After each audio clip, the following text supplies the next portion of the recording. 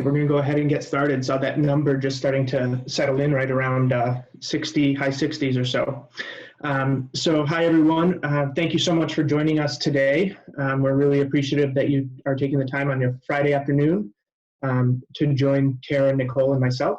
My name is Steven Mijajlovic, and I'm one of the math consultants and instructional coaches at CESA 2. And I just want to go over a few logistical things first, a little bit about me, then let Karen and Nicole introduce themselves, and then we'll dig in. So just a few things. There'll be a resource page that we share about halfway through the webinar. It'll include links, references, and the slides that you're seeing right now as well. So you'll be able to access that. And there's going to be two folks facilitating the conversation. That's going to be Karen Russell and myself. And Nicole's going to be watching the chat along with Mitchell from CESA 2. And they're going to be taking any questions that you might have or some comments so that we can address those at a couple points throughout. And then just so you're aware, I'm working on two screens here, so I might be looking off to the side at some points and some points forward, just so that you're aware of that as well.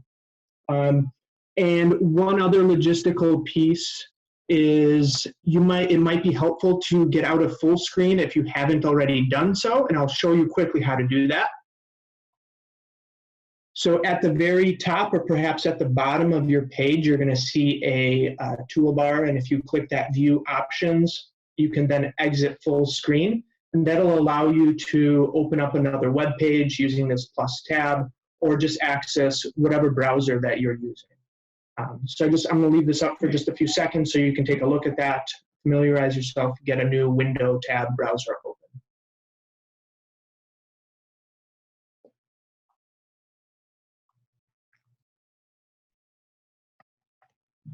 All right.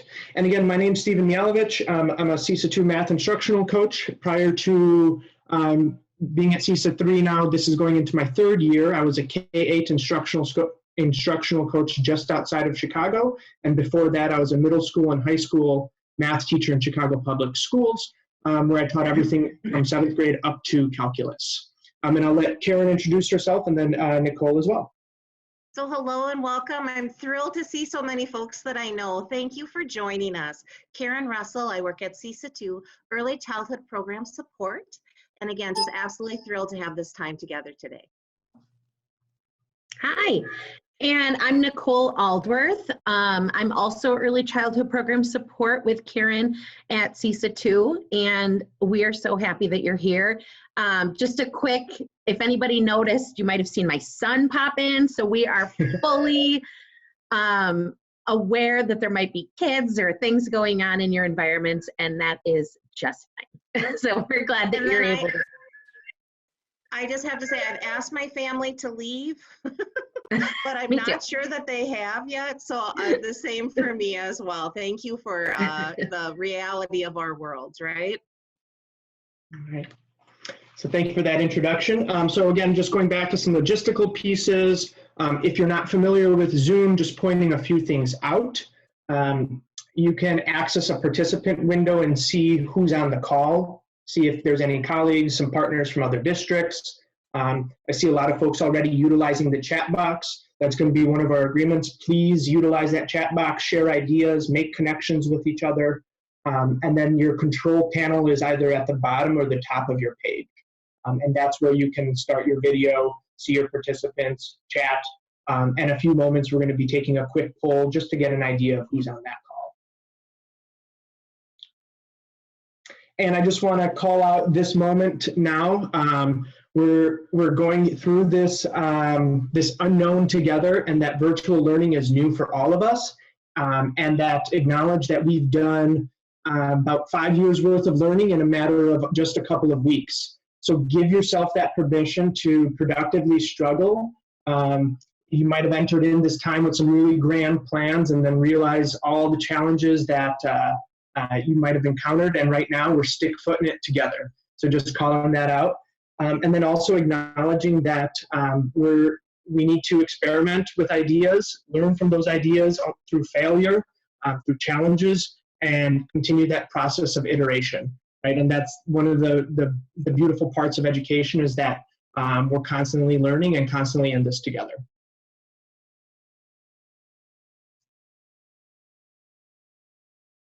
So again, to be respectful for your time, we just wanted to be real clear about our agenda. So you see it up there on your screen. And again, we've already started doing our welcome and logistics. In a moment, I'll share really our purpose.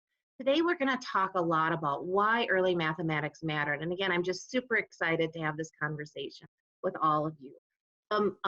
Main part of our content today is going to be on subitizing. What is subitizing? Why is it important? And how can we support our early learners in this critical math skill?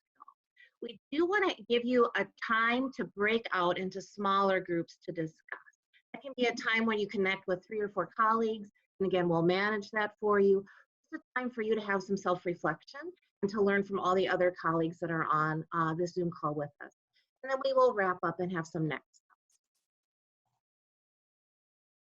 Again, as far as our community agreements go today, Steven already mentioned this a little bit, but we will share our screen and video with you. We will manage that as the host. Use the chat to add to the conversation. We do want your questions and comments. Nicole is managing that as well as Mitchell for us, so please feel free to add in information for the conversation right in that chat room. When we have the breakout rooms, really be ready to collaborate and put some ideas on the table. That is your time to learn electronically through this medium with some colleagues and can be a really great opportunity for some self-reflection. We have an hour. Expect and accept non-disclosure, please.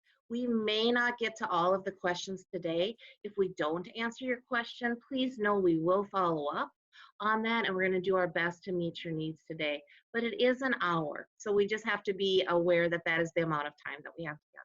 And if you could please help us by keeping your own mic muted to eliminate any background noise as we move through this, that would just be excellent. So again, our goal and our purpose is really to understand the importance of early mathematics. We spend a lot of time in our field on literacy, and what a gift today to have some time to specifically look at mathematics and thinking mathematically. We want to really think about subitizing. Understanding of number relationship of spatial relationships, which is what subitizing is.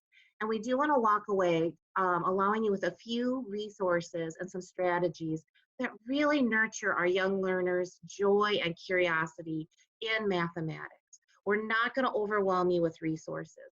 I have embedded a few that hopefully are very functional for you and can really enhance your learning.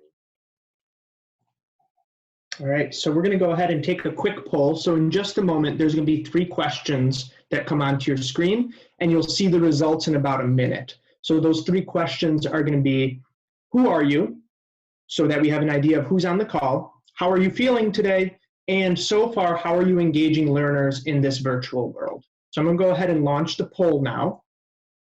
So right now, you should see a poll, and we'll take about a minute to answer these, and then I'll display the results.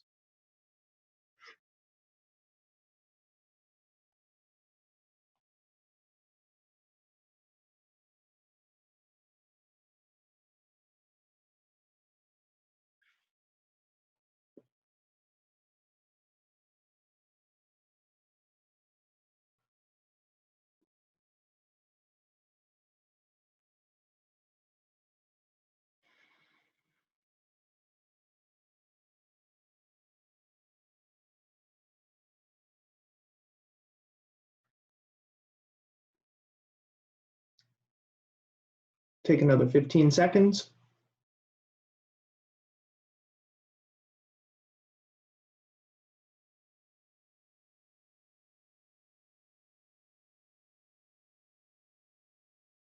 Go ahead and submit your final thoughts if you haven't done so. So right now you should be able to see the poll results. Take a moment to look over those. So it looks like we have a majority of teachers on the line. So we're feeling quite stressed. So we're on both ends of the spectrum. The second one is calm. So we're sharing that, and we're in a space where we're not sure how we're going to move forward, and that's okay. So it's important to think about the information that we talk about today. How might you take it back? How might you experiment with it? How might you learn together and move forward in this process?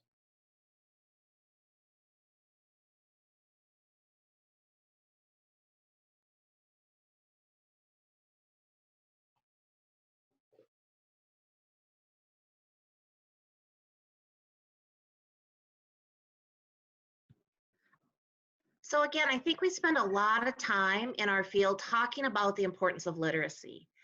And I think it's just a wonderful opportunity for us to think about literacy, but also to be thinking today about early mathematics.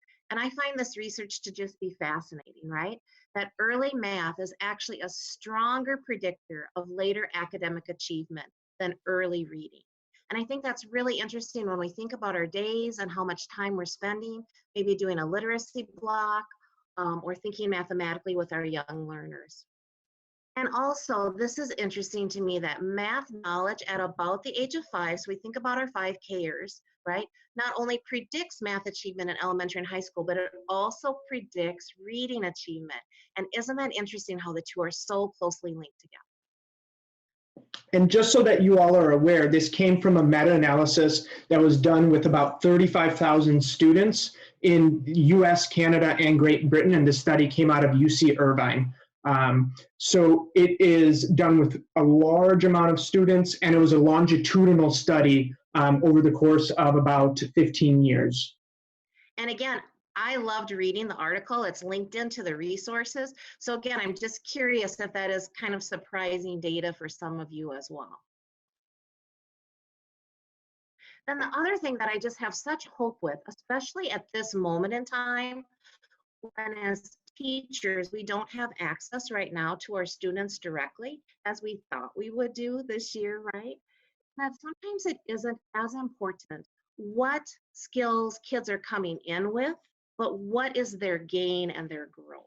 So again, I think at this time when maybe some of us are feeling some stress about how are we going to keep our students at grade level and continuing that learning trajectory with them, how are kids going to return to us? What skills are they going to have in place? Those are all very important questions. But think about it from that strengths-based lens of gaining in mathematical concepts and how that skill set of growth or a growth mindset is even more predictive of achievement later on. So what is that early math that we're seeing in this research that is most predictive? And the two things that stand out most is early numeracy and number competencies. And up here on the screen, I put up a few pieces that comprise of numeracy, but it also includes counting, one-to-one cardinality, noticing patterns, holding number, basic operations, being able to do the mental math. And then the competencies part is really, it just mind-blowing because it's even more predictive long-term. And that's why we chose to highlight these activities today, because that's where subitizing fits in this advanced number competencies. And just to give you an idea of what the number competencies are comprised of on the basic end and the advanced end, there's that counting, one-to-one correspondence, number recognition, cardinality, going backward and forward between a number. And again, today we're going to be focusing on perceptual and conceptual subitizing and what's the difference between the two and how they're also connected. This is something that I typically go over in a 2-day workshop throughout the course of the year that are full days where we really dig into basic and advanced number competencies. And if this is something that resonates with you or you want to learn more about, be on the lookout for that when we return back to our in-person worlds, and we might even be offering it. So what is subitizing? And Karen alluded to this a little bit. And it's that ability to count how many items are in a set without actually having to count. So how many do you see? Being able to recognize that. And I included the enunciation of it because I hear a lot of folks, is it subitizing? Is it subitizing? So I went and looked it up in the dictionary, pulled it up, and it's subitizing. I just wanted to include that. And then the idea behind what is the difference between perceptual and conceptual subitizing. And perceptual is being able to recognize number without a pause, and that might be something like a pattern on a dice or a pattern on dominoes. So ones that we're really familiar with that just through experience and exposure, we recognize. Whereas conceptual subitizing is we break up a pattern and we make it up, we break it up into ones that we recognize. So I might see 7 dots, and from that 7, I make a pattern of 3 that look like a die to me and another 4 that look like a die to me. Or maybe I see it as a full 5 frame and 2 more. So I'm breaking that up. And that's really the difference between perceptual and conceptual. So what we're going to do is just as interactive an activity as we can virtually. And there's 3 images up here, and I want you all to just take a moment and think about each one of these. And is A perceptual or conceptual? Why maybe? B, is it conceptual or perceptual? And same with C. Just take a moment to think about that. And I'm going to invite you, in fact, to throw some thinking into the chat box. What are your thoughts? So take about a minute, and then we'll discuss these together.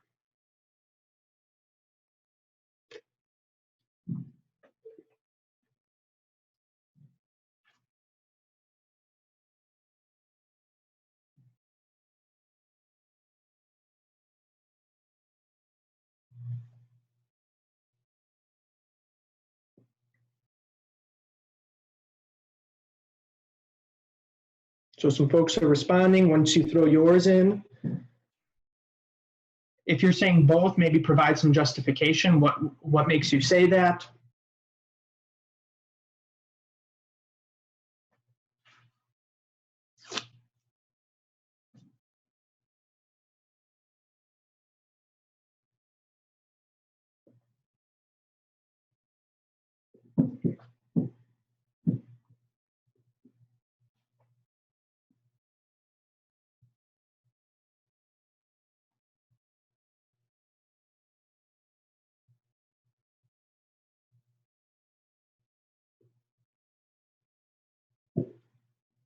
All right, so we're going to go ahead and discuss some of these ideas. And I'm seeing and reading some really great insights in the chat box, and I appreciate that. So thank you for submitting that. So for A, for most folks, especially us as adult learners or folks who've been exposed, this is going to be perceptual. We see a dice or a domino. But for some younger students who haven't had that exposure or that experience yet, they might see it and need to see it in 2s, or maybe they're still counting. So for them, it might be conceptual. But for most of the time, it's going to be perceptual. B, that's definitely conceptual. Most folks see it as 3 on a diagonal and then 1 and 1. Some folks rearrange and see 2 and then 3 more. Some folks push this one over and see 3 and 2 more. So that one's conceptual, and that's what I'm seeing in the chat box as well.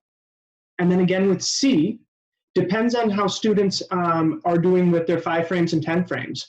For a student who's done a lot of work with 10 frames and subitizing and quick looks, this is going to be conceptual. They're going to see 7 real quick or 10 and 3 less. Whereas a student who is still working on their 5 frames building up to their 10 frames might see 5 and 2 more, or they might need to count 5, 6, 7. Count down. Karen or Nicole, would you like to add any other thoughts to that? No, I think you explained that perfectly, Stephen, and it is interesting for some of our younger learners to remember that although like A, I see very clearly that that's 6, is that where they are developmentally, if they have to count that out, that is actually still a very positive strategy for them to count out. And how can I then help support or structure or scaffold so that they can really start looking at that and knowing that that amount, is 6 without. Great.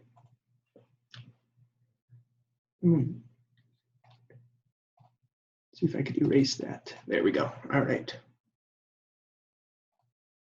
All right, so why subitizing is important. I just wanted to share this quote with the group. So I'm just going to give you a moment to read it. And this comes from Clements and Sarama, who not only helped write the Common Core State Standards at the early grades, but also have some learning trajectories for students from as young as birth to about 8 to 9 years old that are really foundational in this work. So I'm just going to give you a moment to read this.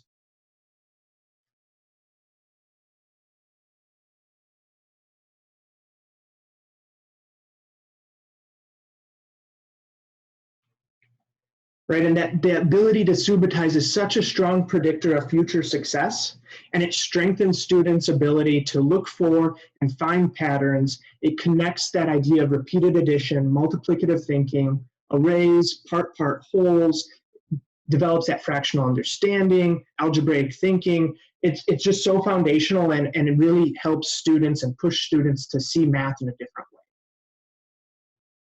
So what we're going to do is just try a couple, and how this is going to work is you're going to see, we're going to do two together, and you're going to be thinking about these two questions. How many do you see, and how did you see it?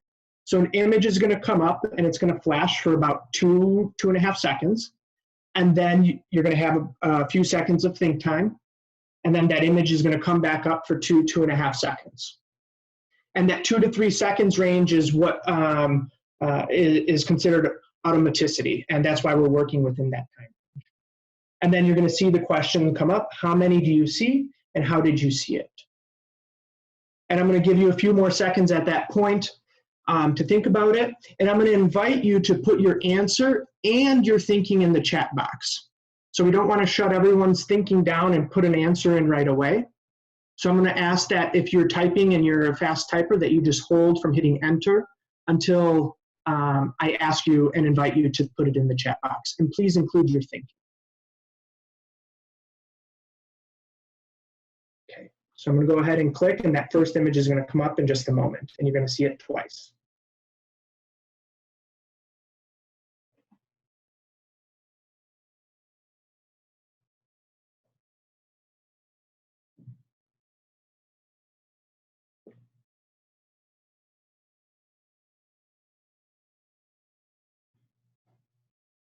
Take a moment to think about that.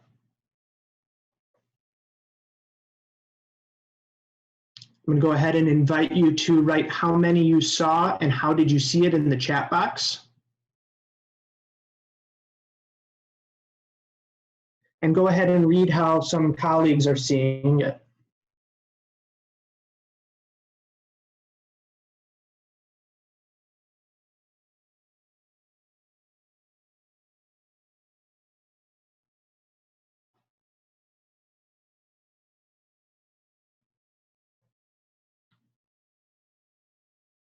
All right, so seeing some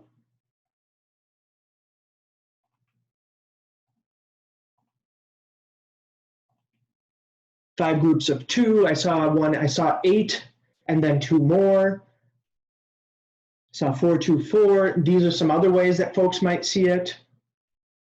Just highlighting that. And really the power is all the different ways that we can see it and talk about it and make those connections. So we're going to do one more. We're going to ramp it up a little bit.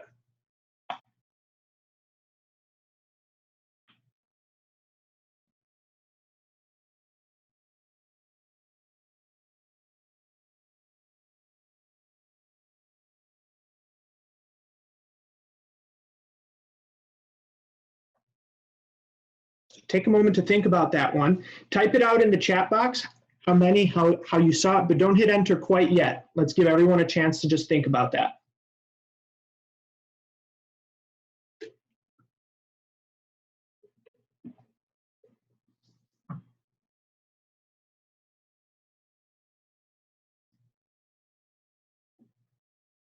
And go ahead and start submitting some of your thinking.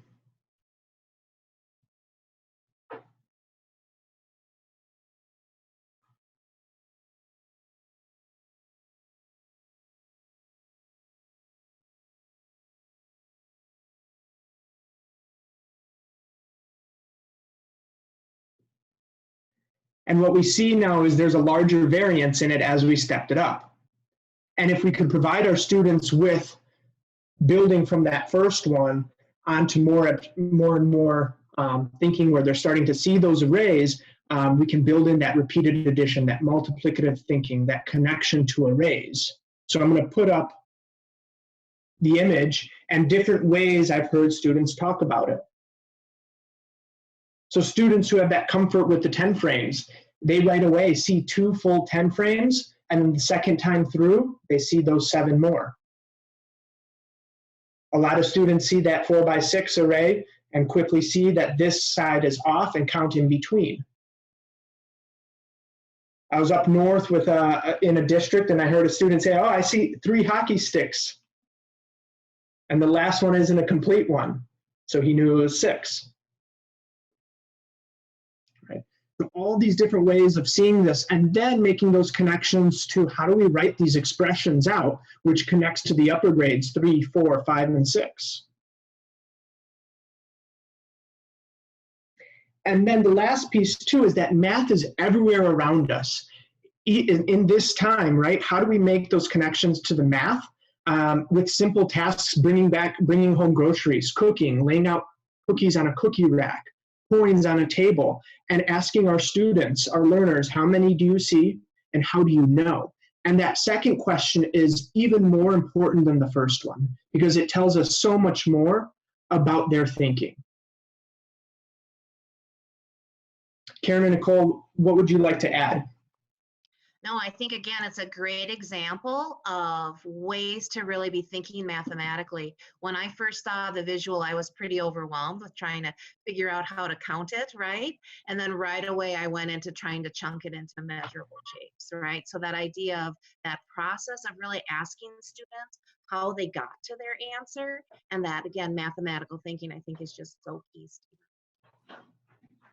I think one quick thing I would add is just how the connection that I see between our youngest learners on up, like this is a skill that we can really start to work on with 4-year-olds, and then how important it is to build on that skill over time and how that increases to multiplication.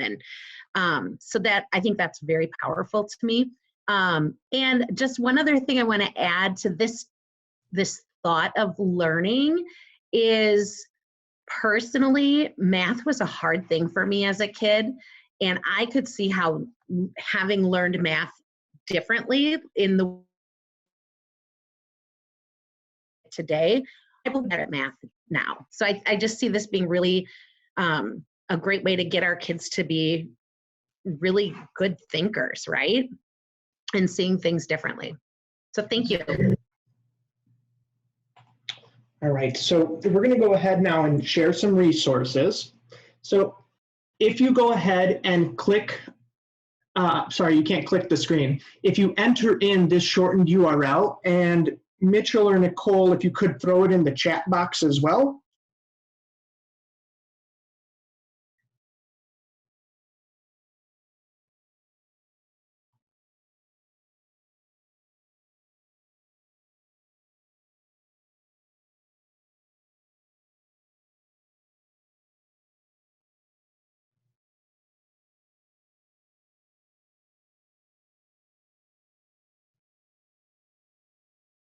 And once you enter that into your browser, or once it's into the chat box, it'll take you to our resources page, and we're just going to share a few things that are on there. Thank you, Nicole. So we'll give everyone a second to click that link in the chat box before we jump over into that resource page.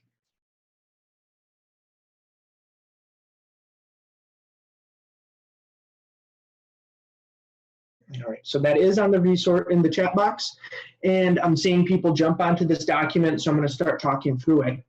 So you can access the slides as a PDF at the very top if you want to reference some things, just so that you're aware of that. And then some resources we want to share with you, and Karen's going to talk through some of them, and I'm going to talk through a couple of the resources as well, and be thinking about how might they fit into your virtual synchronous or asynchronous learning with students. How might it work with parents and in breakout groups perhaps, and meetings with the students. Just thinking about how do we connect with our early learners in this unknown world that we are in right now. So we included some read alouds. Karen's going to talk a bit about that. I included some of the pieces about subitizing, and this is hot off the press, some custom subitizing decks that run very similar to what you just saw run now. So if you click these, There's the directions on the front page. And then once you get into them, there's patterns with dice, 10 frames, they're randomized, and each of the 4 decks will reshuffle every 24 hours. So it goes in a different order. And I'll show you real quick. Once you click go, they run on a cycle. I'm hands-free with that 2-second interval. It'll come up again for 2 more seconds. And then the question comes back up. So this is a great resource to use in class with students, whether it's virtually or with them, share with parents. And then just to give you a preview of what the other ones look like. So the next deck has more conceptual subitizing, so that kind of that next step. And then the next 2, I pulled from, I made the slide deck using some of Graham Fletcher's work that builds on some of that multiplicative thinking. So they're dice patterns of dice patterns. So students might do repeated addition, some different types of chunking, essentially getting them to multiplicative thinking. And then the 4th one is probably my favorite, and that's subitizing with shapes. So the prompt that's going to come up is, how many sides do you see, and how do you see it? And you'll see that they ramp up over time, right, to fit all the needs of our students.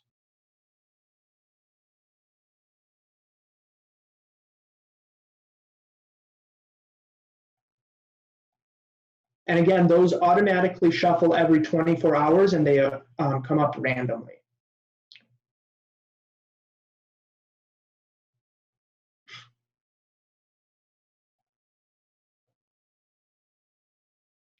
And these are just placeholders. We know all of this, but I just wanted to give us the opportunity to reflect. The first link is an article or a blog from someone that I follow. And at this time where parents, and I don't think we have as parents directly from the poll, at least on the call, but I do think many of us are wearing multiple hats right now, that we may have said we were teachers, but perhaps we are also parents, right? And just this reminder that our families did not sign up to do homeschooling with their children, right? Even if you could click on that for us, that first one, what to do with kids who are home all day. Just wanted to embed this one because personally, I have seen a lot of schedules go out there. You know, here from 9 to 10, I'm going to do language enrichment, and then I'm going to have a break, and then from 10 to 11, we're going to be working on math. And this is just another way to think about scheduling and to think about what really is our intent when we're talking with families, and what is the messaging that we can push forward to families who are now really not again by choice, but because of COVID-19 and just health and safety, being home now with their families, sometimes also working full-time themselves, right? So again, just a little bit of reflection there on that article that is a resource for you. And again, I know I'm sharing things you already know, but this next one is from NAEYC, right? Our go-to place for great developmentally appropriate activities. This is just that 10 things that every adult should really know about play, right? So that again, if you're hearing from families that they are very stressed about getting all this schoolwork in, about getting all these assignments done, how can we ensure that we're really doing that in a developmentally thoughtful way? And again, not overwhelming them with resources. But within both of those articles, there are additional resources if they are helpful to your family for support. Again, we know this. It's just as a moment in time to really pause and ensure that we're really pushing out information to families in a developmentally appropriate way. The next slide then really looks at literacy. How can we already take literacy and these great read alouds and embed our math work right into that, and how empowering that could be to families to know that they are doing math while they're also doing literacy. We just did a short list of math read alouds. We could have gone crazy with the resources, right? This is not an exhaustive list by any means. It is just a list, okay? And again, you can access those right there. And then one book that we did want to highlight is one we may all be familiar with, 10 Black Dots. And there are some extension activities written or in that link as well through Scholastic And then also, just so you know, when you click on the actual book in the lower part, it is a YouTube video. So if families are sharing with you, you know, these are great books and great resources, but man, I don't have access to the library right now, which we don't, right? We don't have that book in our bookshelf at home. How else can we provide those really rich literacy opportunities for families? And again, perhaps YouTube could be one solution. So again, we don't want to overwhelm you with resources. We could have given you page upon page upon page of subitizing resources, but just a few things hopefully that can be really functional to support your excellent work.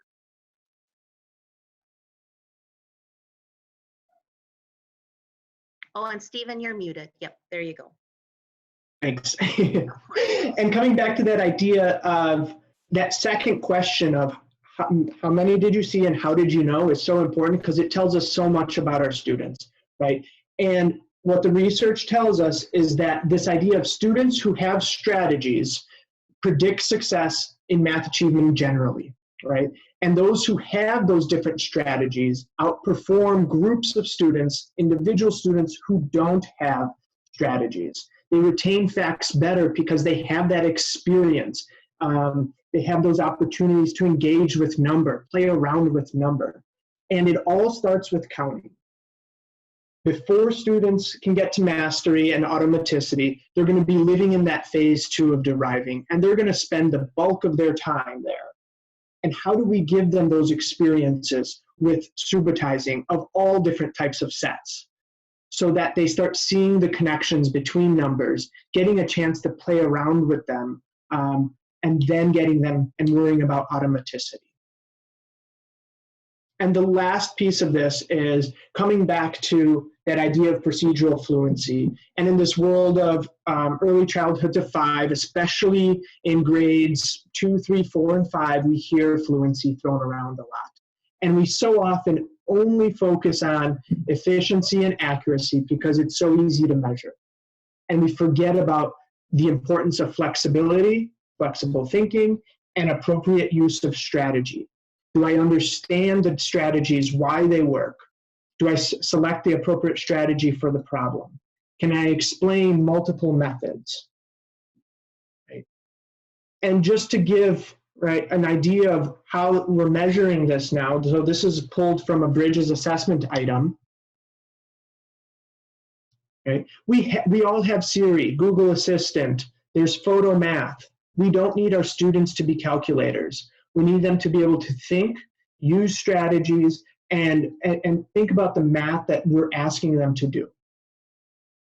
And this is just a great example of an assessment item, an item that really focuses on strategies as opposed to just the facts.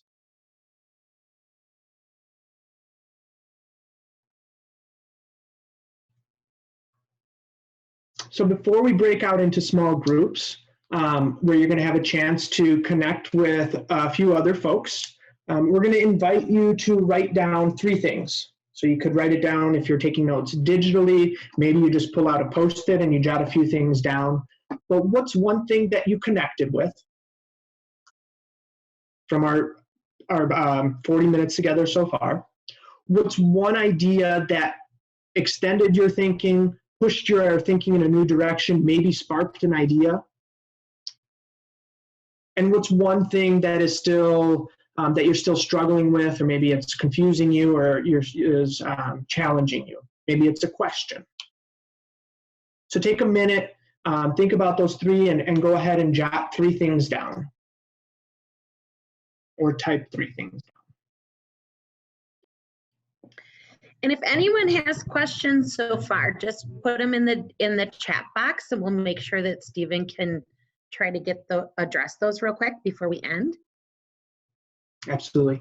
And just to address a couple things that I heard in a few of the rooms that I was in, there's a question around adding or any of the resources available in Spanish. What I will look into doing is seeing if I can make the subitizing decks in Spanish so that they are available in both languages. I created those, so that's something that is in my sphere of control. And then the other piece is these links can be shared to Google Classroom or in a virtual newsletter with parents, So that's something that you can just copy and paste and share that with them as well. It's easily accessible on a cell phone, and it runs really smoothly as well. It's just very simple. Karen or Nicole, would you like to share any pieces that you heard or want to address with the group? Oh man, I just heard such thoughtful reflections and planning for the unexpected, right? That we perhaps thought we were going to not be with our students for a few weeks, and now we're starting to think about longer term. So I just really appreciated that. And also know that many of the NAEYC documents that are linked in are also available already in Spanish. But if you need something else specific for a Spanish translation, just give Nicole or I an email and we'll see what we could do about those. And I would agree. It sounds like some districts are really taking their time to make sure they're doing this well and thought out. So kudos to those who are, well, to everybody. Everybody is working their tail off. So thank you to everybody for everything you're putting into virtual learning. I have 2 kids myself, and they started this all last week, and I can't believe what their teachers put into it. Within our breakout rooms, something that was really interesting, we had a 4K teacher and a 3rd grade teacher. So it was nice to hear how 3rd grade said, you know what, this really pertains to me, and I really understand how subitizing is so important. If kids don't have that skill or don't learn that skill early on, it makes it that much harder for that fluency piece when they reach 3rd grade. And we know that students develop their understanding of mathematics from concrete representations to pictorial and visual models to the abstract. And this is an opportunity to start in that concrete, if you have dice or dominoes, and then move to that pictorial and visual before that abstract. So often we start immediately in the abstract. And that's just how we were taught and what we know. So just in the interest of time, we have a few minutes left. We want to share just a couple resources with you that might be great for this virtual piece. One is this bedtime math app. You can access this on the resource page right down here. And it's a free app. There's a new problem every day. It's about a paragraph long. And what's great is there's 4 levels of questions that go along with it. So it's just a fun way to incorporate that literacy piece, exploring and learning, co-learning with your students, with your child, whatever it is, sharing this with families, parents, guardians. And it's really short and quick. It's a great win. And then again, these are 2 resources that you can explore. Again, one from NAEYC that really takes a look at how can we use our outside time with young learners to really support mathematical thinking and that sense of wonder. And then also for families, the second one that we embedded there was just how can you take your daily routines and really have mathematical thinking embedded through that.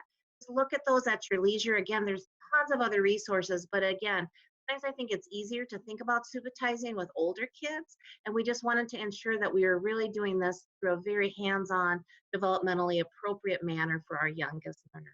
The same is true on the next slide. We embedded a few games. Again, you could be playing a game at home with a dice and be working on subitizing, right? We did want to share a few resources that have some games and some printables that you can go ahead and print off.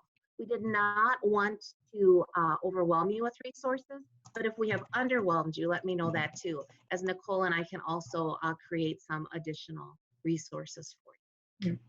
And the last piece before we close out is, this was a last minute addition.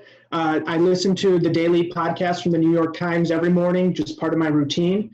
And this morning, Michael Barbaro, who's the host, interviewed a science writer, and all the questions were audio submissions from students between the ages of 3 and 10. And I probably learned more in these 31 minutes from the questions the students asked than I have previously, because they asked the things that I was scared to ask or wasn't sure what to ask. And it was just a great modeling of how our youngest learners are so curious, and we need to embrace their curiosity. And it might be just a great connection, whether it's with your own kids or with your students, to listen along, or just as an adult to listen along and learn. And then finishing off with this quote, and this is a joint position statement from NAUIC and the National Council of Teachers of Mathematics, right? How do we make math memorable for our students? Because it's everywhere around us, so that they see it as useful, meaningful, and it helps them make sense of the world that they live in. Math is not this abstract thing that only exists in textbooks and in school buildings. It truly is everywhere around us. And if we can message that to our to one another, within our learning communities, within our home communities, with our students, students will start embracing mathematics through that lens of curiosity that they already have.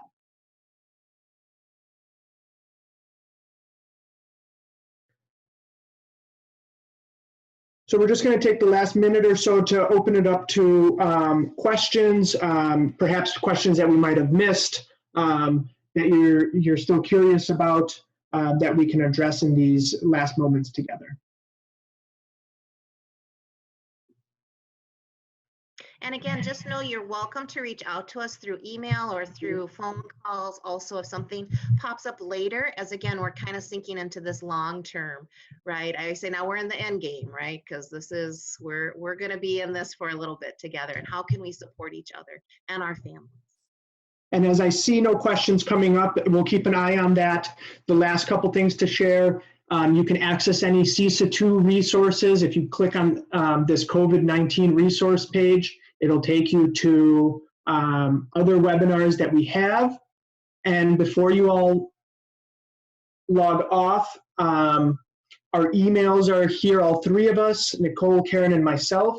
And if you could, we'd love if you could take this survey. It's a short survey that's going to inform what future offerings we provide during this unknown time.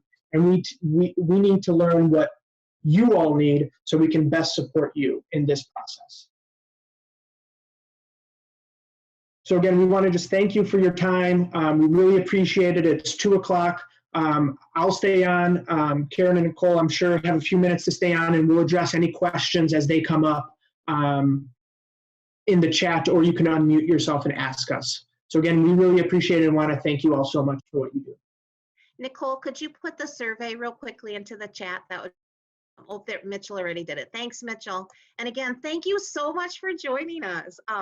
We really appreciate your time. And again, we are not in any way trying to overwhelm you or add additional work to your already full load, but if we can be supportive in any way, please let us know what would be helpful.